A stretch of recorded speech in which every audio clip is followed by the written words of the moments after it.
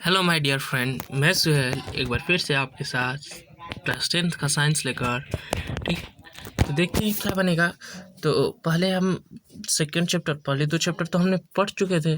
अब जो बचा है थर्ड चैप्टर धातु अधातु है। ठीक, तो देख लेते हैं धातु क्या होता है। तो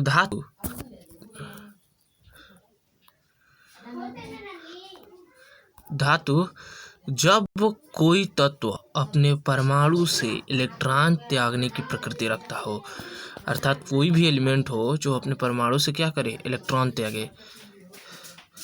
परमाणु से क्या करे, इलेक्ट्रॉन त्यागे। जैसे कि मान लीजिए कि कोई भी तत्व होता है, तो आपने पढ़ा होगा कि तत्व के अंदर 9th में आपने पढ़ा होगा क्या कि न्यूट्रॉन और प्रोटॉन होते हैं और उसके बाहर स्थित कक्षा में इलेक्ट्रॉन भ्रमण करते रहते हैं। तो इलेक्ट्रॉन भ्रमण करते रहते हैं। इस कारण से क्या होता है कि जब वो इलेक्ट्रॉन त्याग दे तो जो बचता है शेष ना, ये प्रकृति वाले जो तत्व होते हैं वही क्या कहते हैं, धातु कहलाते हैं। जैसे सोडियम सोडियम सोडियम करता है, सोडियम अपना एक इलेक्ट्रॉन त्याग कर सोडियम धनायन बनाता है। तो जो धनायन बनाने की प्रवृत्ति रखता है वही क्या है, धातु है। ठीक, अब धातु के कुछ विशेष गुण होते हैं। जैसे धातुएं चमकदार होती हैं, धातुएं धारा की सुचालक होती है, धातुएं ऊष्मावाहक होती है और धातुओं में तन्यता का गुण होता है। और धातुएं क्या होती है, धातुओं का गलनांक प्रायः उच्च होता है, मतलब उच्च गलनांक, वह जल्दी गलता नहीं है। ठीक, तो चलते हैं अब अधातु पर। अधातु क्या है, वे तत्व जो अपने परमाणु से इलेक्ट्रॉन ग्रहण करे। मतलब क्या है कि इलेक्ट्रॉन तो है लेकिन ग्रहण करने की प्रवृत्ति रखता है, तो इस तत्व को क्या कहते हैं, अधातु कहते हैं। तो अधातु होता क्या है, अधातु ठोस द्रव गैस तीनों हो सकते हैं।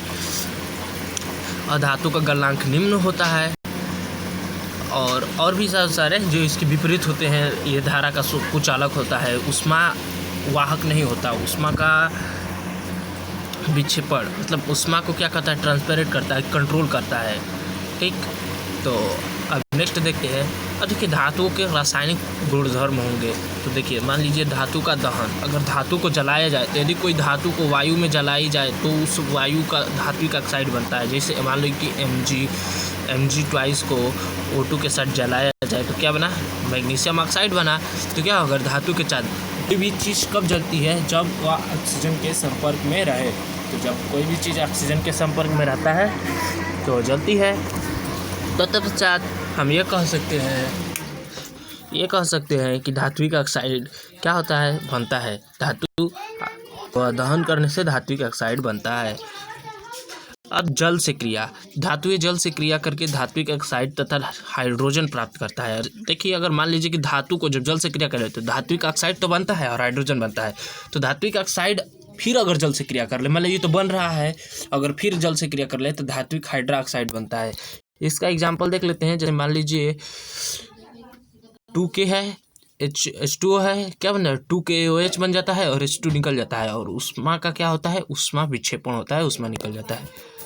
अब तनु अम्लों से क्रिया करा दे रहा हूँ। तो तनु अम्लों से क्रिया करने